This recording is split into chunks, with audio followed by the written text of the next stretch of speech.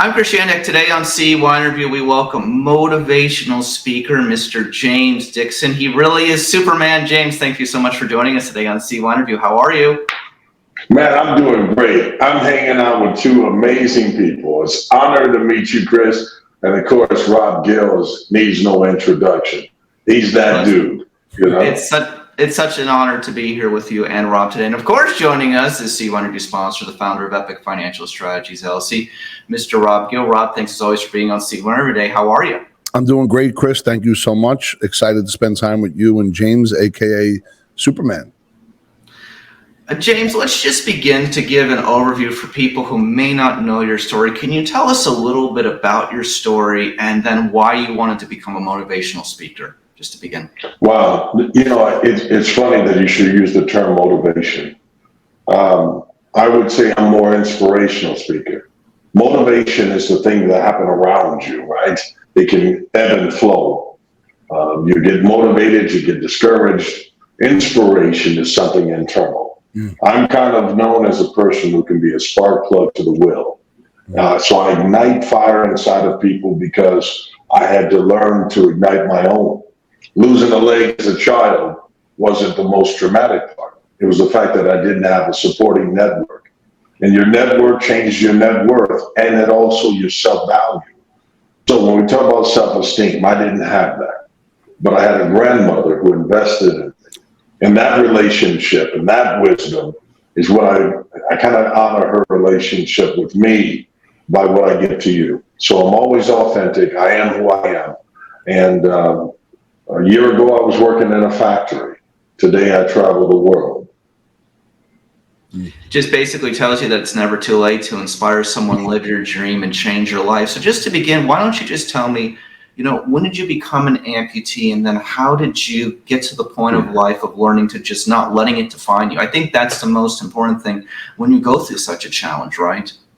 Right. I would probably say I wish my story had started sooner, but I didn't know how to read the value of a trial in life. When I was born, I had poor blood circulation. My first surgery, I was 90 days old. I had every surgery imaginable every 6 months until I was 11. I think I had my 33rd surgery up until when I was 11. I was my 34th surgery, trying to save my leg, save my life because of the issues with blood circulation. I took my first steps at 11. I learned to walk, and so I chose sports to try to find value and to validate myself. But it wasn't until I was 45 that I embraced the fact that I am who I am. I'm loved as I am. I don't need people to validate me. And the moment I began to speak that, I began to inspire other people. The longer I stayed on mute about my trials and losing a leg, there were amputees all over the world that had never seen me. The greatest value, Rob, that I ever had was being around athletes, because by competing against normal, full-bodied, able-bodied athletes, I learned to adapt. And my adaptive skills, by the time that I met other amputees, because I didn't know any until I was in my 40s, I was doing things they had never seen. And I became a mentor to all of them, showing them how I move like an able-bodied person. It's unique that your trials can be training you. Rob, where did you meet James? What is the story here? It's interesting. I met James in New York City about a month and a half ago at a dinner that David Meltzer, who we both, Dave's my coach, and I'm not exactly sure where James fits in with David other than he's inside of his network. And there was a lot of people, like 30 or 40, there was influencers in the room and folks that are doing certain things. And for whatever reason, myself and James and his wife connected. Alexa was there as well, Taekwon and Steve. And, James and I connected and we just had a really, really good conversation. And we followed up with each other. He then came to Atlantic City this weekend, not to gamble, but to see the Hoop Group live tournament with college coaches all over the place. He got to check out Epic Elite AAU. gave a great speech after one of our challenging losses. Phenomenal speech. We have the whole thing recorded. It's amazing. And, there's folks that you meet, and every time you spend more time with folks, you either dig deeper and level even to a higher another level, or you don't. And James is one of those guys that every time I talk to him, the story gets better and better. The feelings get better and better. Just sitting here listening to him tell you about, from age 11 to like when he first started recognizing and talking about being an amputee and affecting people, my thought was, wow, like the first 11 years as a young child, he just wanted to have that leg and did everything he could, 33 surgeries, the belief of that. And then the second that door shut out of his control, which he'll tell you about, everything else began to open up. And then he started to go on his journey. And however that played out till age 45, he then discovered the value of sharing his soul to the world. And if you look at what happened in the last 12 months on social media, you won't be confused, especially on YouTube now into Instagram, the presence that he has. And when he says that he was in a factory a year ago and now he travels, not only does he travel, but people pay him to travel, right? And he's not after the money. It was funny. And he didn't say this egotistically, although myself and Alexa, I almost fell off the chair when I heard him say it. But Alexa and I are trained in what we call Sean Callaghan's formula and how to go from hello to yes with integrity. And that formula is asking very, very poignant questions and allowing whoever we're speaking with to tell their story, their journey. And Alexa she said, James, who's your role model? And he said, nobody. I almost fell off the chair because he didn't say it egotistically. I understood what he was saying. He's not about the fluff. Reminded me of Jay, not going to lie to you. He's not about the fluff, and he's really about intentional, congruent outcomes to help make the world a better place, one person at a time. Of course, he has great stories on who he mentored and how he's had some really good conversations with folks, but his digital footprint right now is expanding wildly on a daily basis. James, thoughts? Wow, man, first of all, I was just honored to meet the guy. I got to say this, Rob, I don't know if you know, one of the biggest speeches I ever had was called Put Me in the Game, Coach. And it was my plea after I learned to walk and run. I was trying out for a team, and it was an AAU coach, and I was standing behind him on the bench, and I was like, I just kept saying, put me in the game, Coach. Yep. And he was like, yeah, I heard you. I heard you. Kept stepping around me as coaches do. Yep. But I was like, Coach, man, I've been watching the guy that's been getting loose on us. Let me get him. I'll lock him down. I promise you. Whatever it is, Coach, they're not hustling. Coach, let me in. Let me hustle. I'll do whatever it takes. And I had a 25-pound wooden leg on at the time. And being around Rob allowed me to go back there for a moment. You see, those kids were standing there and just coming off a loss, not because the other team was better, but because they weren't their best selves. Yes. They didn't give it all. They beat themselves. They didn't lose. Yep. And then one of the guys took his jersey off. And I got to tell you, when I first got a jersey to make a team, it meant so much to me that I slept in it because I finally was a part of something. And so number 35, you know his name, Rob, on the league. Yep, Pat, one of my favorite players too, by the way. Yeah, he reached out to me last night. His character in life is incredible. Yeah. That kid reached out to me last night, man, and said, "You inspired me. Thank you." Yeah.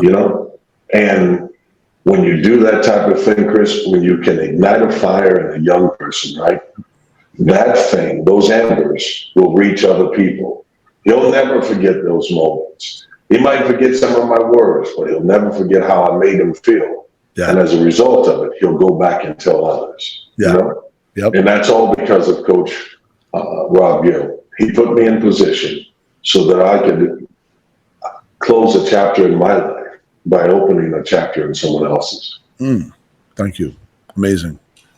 Rob, follow-ups to his acknowledgments? Yeah, first of all, James, thank you so much for that. That's incredible. I love how we in individual ways ways look at things and they're able to connect.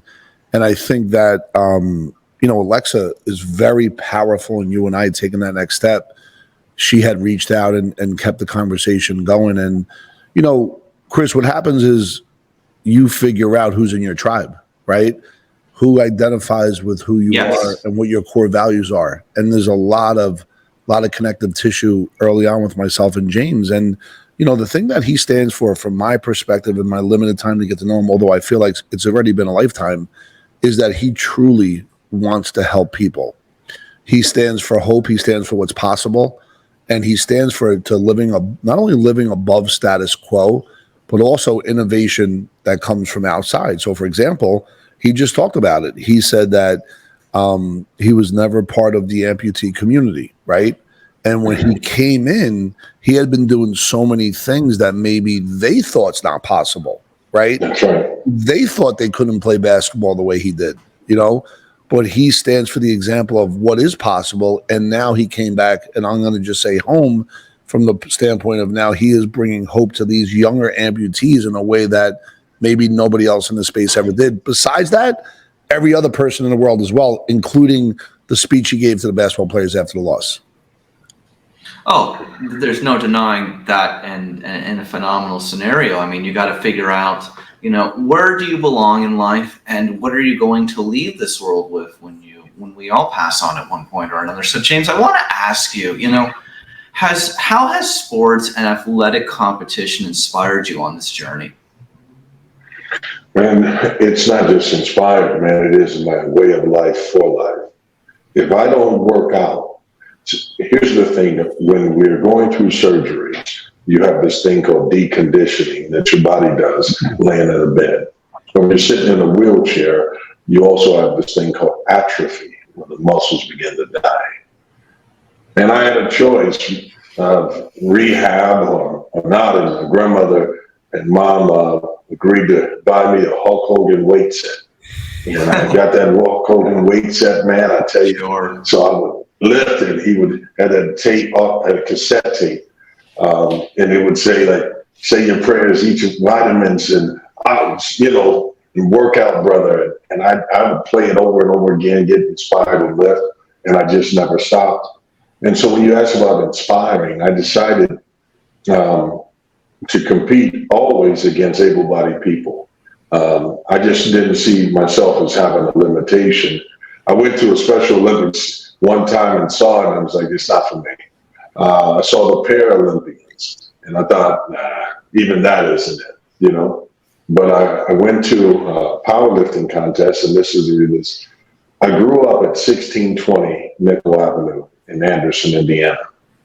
I was in a deadlifting, push-pull, deadlift, squat, bench competition, and my total score was 1620.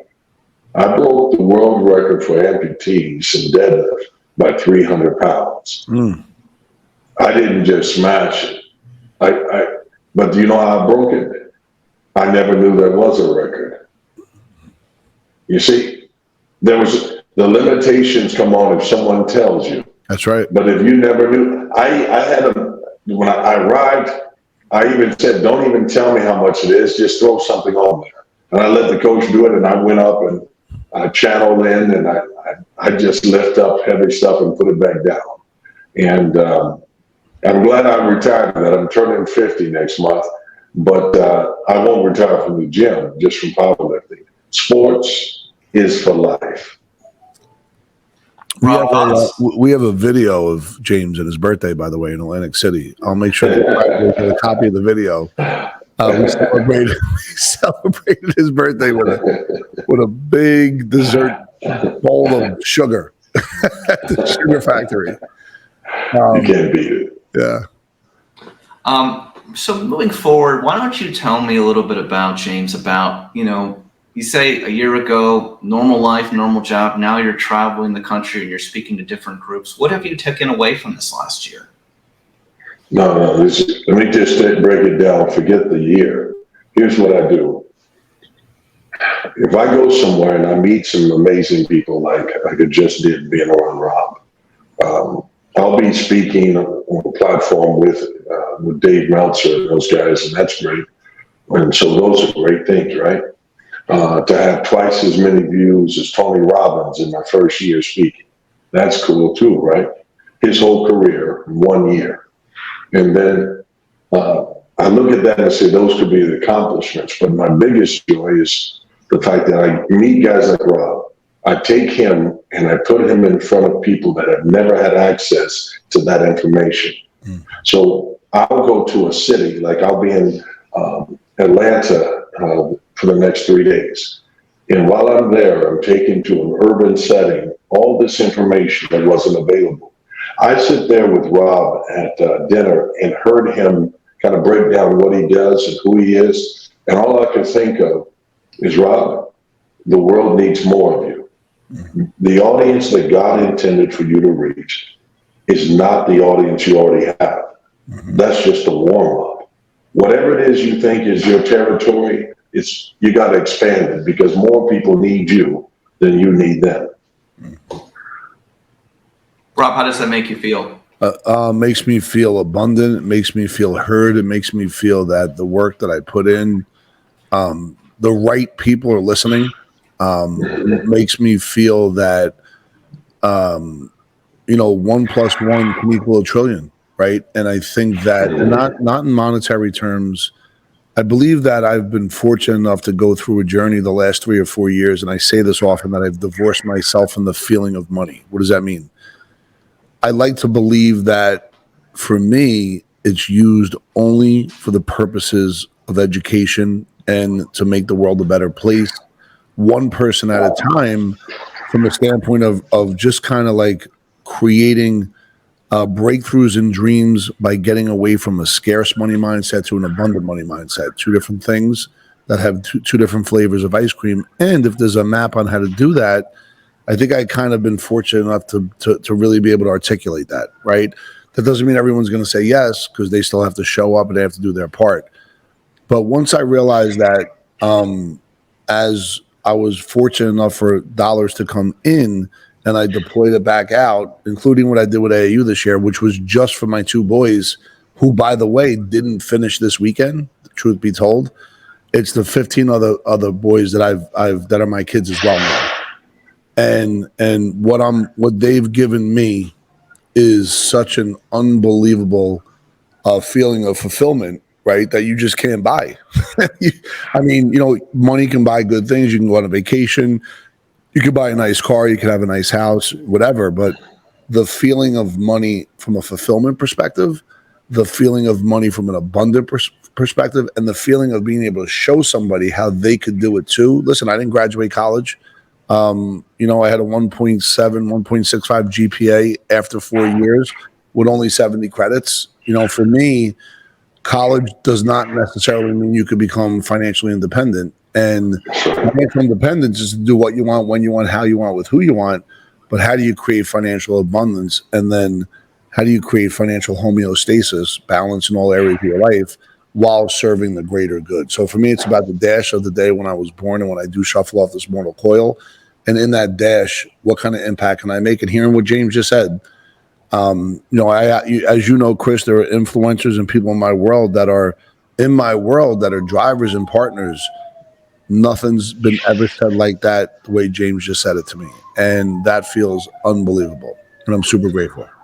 Hey, James, let me just ask you, where does this Superman is for real persona come from? Wow, man. Well, first of all, there's an actual Marvel comic of me. So, and it's called Joyful James now. So I am actually a superhero. But That's great. So the character is made as a nonviolent, encouraging character for small children, especially disabled, because I'm a below-the-knee amputee, and so is the cartoon character. But the Superman that's for real began from my grandmother telling me that I was still Superman, even though I had to deal with the disability, which she called kryptonite. She never used the word disability.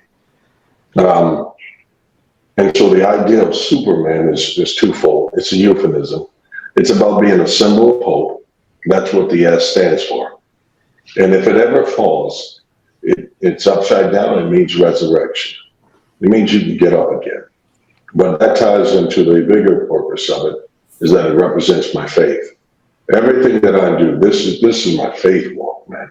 So on my leg, on my shoes, all the time. When I took my first steps, I wrote Philippians 4:13. I can do all things. That means I can get up, I can walk, I can run, I can achieve my goals and my dreams. I don't just feel like in a sense of like if I hard work and all that. You can work hard as you want. It doesn't mean you're going to get it. You have to have the right coaches, the right people in place, and then you get the right information. Then you don't have to work as hard. It's about working smart, right? And you don't have to seek notoriety. It comes because you will stand out by standing alone. Superman is one of a kind. I'm trying to be one of a kind individual as a father, as a man, as a friend, as a mentor. And so Superman, yeah, it's something I strive to. When I'm gone, that dash that Rob talked about, the world will know my name. Not because I wanted them to know it, because I surrendered, I gave myself so much to so many people that I will live inside of them. Rob, you're all about seizing opportunity. As you can see, James is on the upwards of the big moments here. What do you think he should be doing next? Nothing. I think I'm not here to like. I'm like. Here's where I'm at. I'm like a fan, and I'm just watching, and super impressed. And I think that, yeah, I mean, can I add value and show him with integrity how to monetize certain things based on what my other partners have? Of course. And there's nothing wrong with if you're creating ecosystem mergers. And now there's a world that exists within James that wants to hear my good message about money. And if there's a revenue, he should get a piece of that. Like that's what I specialize in, on how to create those partnerships. But what I see in James, though, and I'm trying to get there myself, is he does not have any limit. He has burnt the boats.